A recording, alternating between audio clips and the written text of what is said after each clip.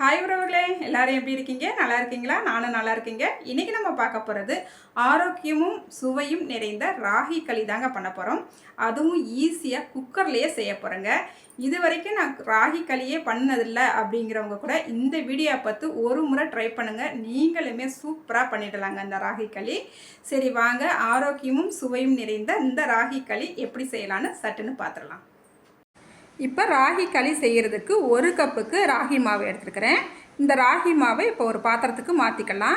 ராகி மாவு எடுத்த கப்லேயும் ஒரு கப்புக்கு தண்ணி எடுத்துருக்கிறேன். இப்போ ராகி மாவில் சேர்த்துக்கலாம். சேர்த்துட்டு கட்டிகள் எதுவுமே இல்லாமல் இந்த ராகி மாவை நல்லா கையால் நல்லா கரைச்சி எடுத்துக்கலாங்க. பாருங்கள், நல்லா கரைச்சி எடுத்துக்கிட்டாச்சு. ஒரு கட்டி கூட இல்லை, நல்லா கரைச்சி எடுத்துக்கிட்டாச்சு. இந்த அளவுக்கு கரைச்சி எடுத்தால் போதும். இப்போ இந்த மாவு அப்படியே இருக்கட்டும். இப்போ ஒரு பாத்திரம் அடுப்பில் வச்சுக்கலாம். இதில் ராகி மாவு எடுத்த கப்லேயும் மறுபடியும் ஒரு கப்புக்கு தண்ணி சேர்த்துக்கலாம். தண்ணி சேர்த்துட்டு இந்த ராகி களிக்கு தேவையான அளவு உப்பு சேர்த்துக்கலாங்க. நல்லா தண்ணி கொதிக்க ஆரம்பிக்கவும் அடுப்பு சிம்மில் வச்சுக்கலாம். இப்போ தண்ணி நல்லா கொதி வந்த பிறகு அடுப்பு சிம்மில் வச்சுக்கிட்டு நம்ம கரைச்சி வச்சுருக்கிற மாவை நல்லா ஒரு தடவை கலந்து விட்டுட்டு இந்த தண்ணி கொதிக்கிற தண்ணியில் சேர்த்துக்கலாங்க. சேர்த்துட்டு அடுப்பு சிம்லையே வச்சு கைவிடாமல் நல்லா கலந்து விட்டுக்கிட்டே இருக்கணுங்க. அந்த மாதிரி நம்ம கலந்து விடும் போது நம்மளுக்கு நல்லா ராகி களி ரெடி ஆகிக்கிட்டே இருக்கும். நல்லா கலந்து விடலாம். நம்மளுக்கு ஃபஸ்ட்டு ஆரம்பத்தில் கொஞ்சம் கட்டி கட்டியாக வர்றது போல தான் இருக்கும். ஐயோ கட்டியாக வருதே, களி நம்மளுக்கு கட்டி கட்டியாக வந்துடுமோ என்னமோன்னு பயப்படாமல் கலந்துக்கிட்டே இருங்க. நல்லா ஒன்று போல் நம்மளுக்கு கட்டிகள் விழாமல் சூப்பராக அப்படியே தலை அப்படியே சைனிங்காக நம்மளுக்கு இந்த ராகி களி சூப்பராக ரெடி ஆயிருங்க. இங்கே பாருங்கள், நல்லா கலந்து விட்டுக்கிட்டு ஒரு 4-5 நிமிஷம் நம்ம கலந்து விட்டோம். நல்லா ராகி களி நம்மளுக்கு சூப்பராக ரெடி ஆகிக்கிட்டு இருக்குது. நல்லா கட்டியாக இருக்குது பாருங்கள். அதே போல் கெட்டியாயும் வந்திருக்குது. கட்டிகள் உழுகாமையும் நம்ம நல்லா கலந்து விட்டுக்கிட்டாச்சு. இப்போ இந்த அளவுக்கு நல்லா கலந்து வந்த பிறகு அடுப்பை ஆஃப் பண்ணிடலாங்க. அடுப்பை ஆஃப் பண்ணிவிட்டு நமக்கு பாத்திரத்தை கீழே இறக்கி வச்சுக்கலாம்.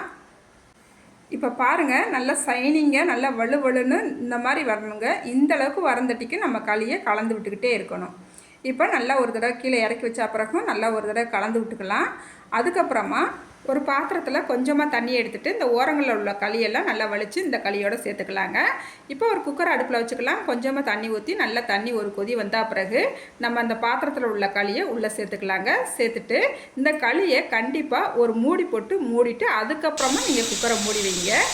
ஒரு 5 விசில் விட்டால் போதும், நம்மளுக்கு இந்த களி ரெடி ஆயிருங்க.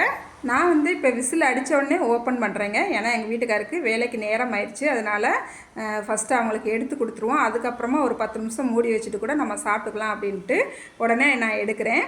ஆனாலுமே நம்மளுக்கு களி நல்லா வெந்திருக்குது. கையில் கொஞ்சம் கூட நம்மளுக்கு ஒட்டலை. கையில் நல்லா தண்ணியை நனைச்சிட்டு நம்ம தொட்டு பார்க்கும் போது கையில் கொஞ்சம் கூட ஒட்டாது. அதே போல் ஒரு கரண்டி எடுத்துக்கங்க. அந்த கரண்டிலையுமே நல்லா தண்ணியில் நனைச்சிட்டு நம்ம களியை எடுக்கும் போது இந்த களி இந்த கரண்டியில் கொஞ்சம் கூட நம்மளுக்கு ஒட்டாமல் வருங்க. அதுக்கப்புறமா எங்கள் வீட்டுக்காருக்குன்னு டைம் ஆயிடுச்சு.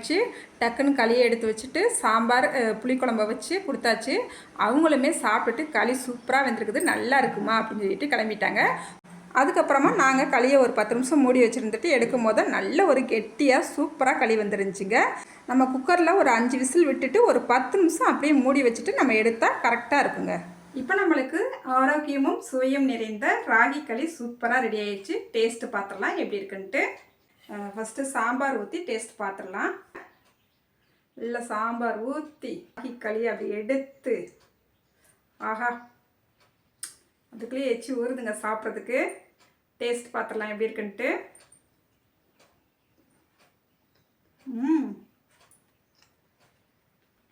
சூப்பராக இருக்குங்க. நல்லா வெந்திருக்குது ராகி களி. அப்படியே சாம்பாரில் அப்படியே பிரட்டிட்டு அப்படியே எடுத்து சாப்பிடும்போது தான் சூப்பராக இருக்குது. இந்த ராகி களி நம்ம புளிக்குழம்போட சாப்பிடும் போதையும் டேஸ்ட்டு சூப்பராக இருக்குங்க. கறிக்குழம்போட சாப்பிடும் போது இன்னும் சூப்பராக இருக்கும். இந்த ராகி களியை குக்கரில் ஈஸியாக நம்ம செஞ்சுருக்கிறோம். நீங்களும் இதே அளவுகளோட ஒரு முறை ட்ரை பண்ணி பாருங்கள். நீங்களுமே சூப்பராக பண்ணிடலாங்க. இது வரைக்கும் நான் ராகி களியே பண்ணதில்லை அப்படிங்கிறவங்க கூட இந்த வீடியோவை பார்த்து நீங்கள் ஒரு முறை ட்ரை பண்ணி பாருங்கள். சூப்பராக பண்ணிடலாங்க. சரிங்க, நான் ராகி களியை டேஸ்ட் பார்த்துட்டேன். ரொம்பவே ஈஸியாக குக்கரில் நம்ம பண்ணிட்டோம். கொஞ்சம் கூட கட்டிகள் விழுகலை, செம்ம டேஸ்ட்டாக வந்திருக்குது. நீங்களும் ஒரு முறை இந்த ராகி களியை குக்கரில் ட்ரை பண்ணி பாருங்கள். ட்ரை பண்ணிவிட்டு எப்படி இருந்துச்சுன்னு மறக்காமல் கமெண்ட்டில் சொல்லுங்கள்.